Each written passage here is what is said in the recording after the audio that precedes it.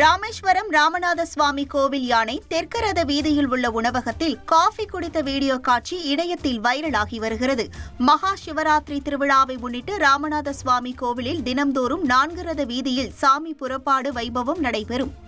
அதேபோல் நடைபெற்ற சுவாமி ரத வீதி உலாவில் ராமநாத சுவாமி திருக்கோவிலின் யானை ராமலட்சுமியும் சென்றது. அப்போது தெற்கரத வீதியில் உள்ள உணவகத்திலிருந்து காஃபி ஒன்றை வாங்கி யானைக்கு கொடுத்தனர். யானை அதை உற்சாகமாக குடித்தது. இதுகுறித்த வீடியோ காட்சி இணையத்தில் வைரலாகி வருகிறது.